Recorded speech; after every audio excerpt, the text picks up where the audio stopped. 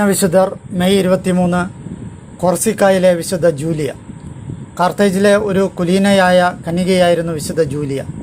489 ഗോത്രവർഗ്ഗക്കാരുടെ രാജാവായിരുന്ന ജൻസറിക് ആ നഗരം കീഴടക്കിയപ്പോൾ വിശുദ്ധയെ പിടികൂടുകയും യൗസേബിയൂസിന് എന്ന പേരായ വിജാതീയനായ ഒരു കച്ചവടക്കാരന് അവളെ അടിമയായി വിൽക്കുകയും ചെയ്തു. അവിടുത്തെ ക്ലേശകരമായ ജോലികൾ വിശുദ്ധ സന്തോഷത്തോടും ക്ഷമയോടും കൂടി ചെയ്യുകയും അതിൽ ആനന്ദം കണ്ടെത്തുകയും ചെയ്തു.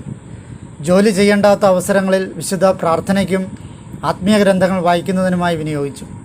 അവളുടെ സമയനിഷ്ഠയിലും ആത്മാർത്ഥതയിലും ആകൃഷ്ടനായ വിശുദ്ധയുടെ ഉടമസ്ഥൻ ഒരിക്കൽ ഗൗളിലേക്ക് യാത്ര പോയപ്പോൾ വിശുദ്ധയെയും കൂടെ കൂട്ടി. കൊർസിക്കായുടെ വടക്കൻ ഭാഗത്തെത്തിയപ്പോൾ അദ്ദേഹം തൻ്റെ കപ്പലിന് നങ്കൂരമിടുകയും വിഗ്രഹാരാധകരുടെ ഉത്സവത്തിൽ പങ്കെടുക്കുന്നതിനായി തീരത്തേക്ക് പോവുകയും ചെയ്തു. താൻ പരസ്യമായി വെറുക്കുന്ന വിഗ്രഹാരാധകരുടെ അന്ധവിശ്വാസപരമായ ഉത്സവത്തിൽ പങ്കെടുക്കുവാൻ താല്പര്യമില്ലാത്തതിനാൽ ജൂലിയ കുറച്ചു ദൂരെ മാറി നിന്നു. കടുത്ത വിഗ്രഹാരാധകനും ആ ദ്വീപിലെ ഗവർണറുമായിരുന്ന ഫെലിക്സ് തങ്ങളുടെ ദൈവത്തെ പരസ്യമായി അധിക്ഷേപിക്കുന്ന ഈ സ്ത്രീ ആരാണെന്ന് ചോദിച്ചപ്പോൾ അവളൊരു ക്രിസ്ത്യാനിയാണെന്ന് യൗസേബിയൂസ് വെളിപ്പെടുത്തി. തൻ്റെ കഴിവിൻ്റെ പരമാവധി ശ്രമിച്ചിട്ടും അവളുടെ മതത്തെയോ വിശ്വാസത്തെയോ ഉന്മൂലനം ചെയ്യാൻ തനിക്ക് കഴിഞ്ഞില്ലെന്നും അദ്ദേഹം പറഞ്ഞു.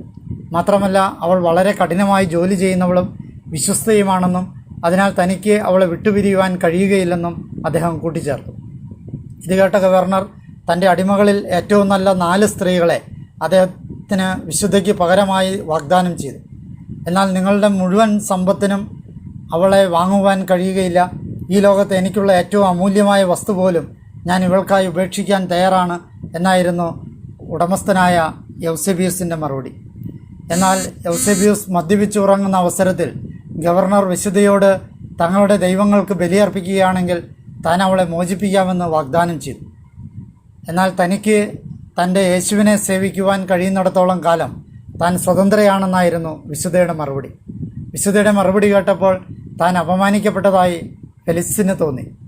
പെട്ടെന്നുള്ള ദേഷ്യത്തിന് ഫെലിക്സ് വിശുദ്ധയുടെ മുഖത്ത് ശക്തിയായി അടിക്കുകയും അവളുടെ തലയിൽ നിന്നും ഒരു ഭാഗം മുടി വലിച്ചു പറിക്കുകയും ചെയ്തു. അവസാനം വിശുദ്ധയെ മരിക്കുന്നതുവരെ കുരിശിൽ തറയ്ക്കുവാൻ അദ്ദേഹം ഉത്തരവിട്ടു. ഗോർഗോൺ ദ്വീപിലെ കുറച്ച് സന്യാസിമാർ വിശുദ്ധയുടെ മൃതദേഹം തങ്ങളുടെ കൂടെ കൊണ്ടുപോയി. പക്ഷേ 768 ലംബോർഡിയയിലെ രാജാവായിരുന്ന ഡെസിഡെരിയൂസ് വിശുദ്ധയുടെ ഭൗതിക ശരീരം അവിടെ നിന്നും ബ്രസിയായിലേക്ക് മാറ്റി. അവിടെ വിശുദ്ധയുടെ ഓർമ്മദിനം വളരെ ഭക്തിപൂർവ്വം ആഘോഷിക്കുന്നു. വിശുദ്ധ ജൂലിയ സ്വതന്ത്രയോ അടിമയോ ആയിക്കൊള്ളട്ടെ, സമ്പന്നതയിലോ ദാരിദ്ര്യത്തിലോ ആയിക്കോട്ടെ, തീക്ഷ്ണമായ ഭക്തിയും വിശ്വാസവും മുറുകെ പിടിച്ചവളായിരുന്നു ജൂലിയ. ദൈവിക പരിപാലനത്തിൻ്റെ എല്ലാ പദ്ധതികളെയും യാതൊരു പരാതിയും കൂടാതെ അവൾ ആദരിച്ചു. അവൾക്ക് നേരിടേണ്ടി വന്നിരുന്ന എല്ലാ ദൈവിക നിയോഗങ്ങളെയും നന്മയ്ക്കും വിശുദ്ധിക്കും വേണ്ടിയുള്ള മാർഗങ്ങളാക്കിക്കൊണ്ട് ദൈവത്തോട് നന്ദി പറയുവാനും ദൈവത്തെ സ്തുതിക്കുവാനും അവൾ ഒരിക്കലും മടി കാണിച്ചില്ല.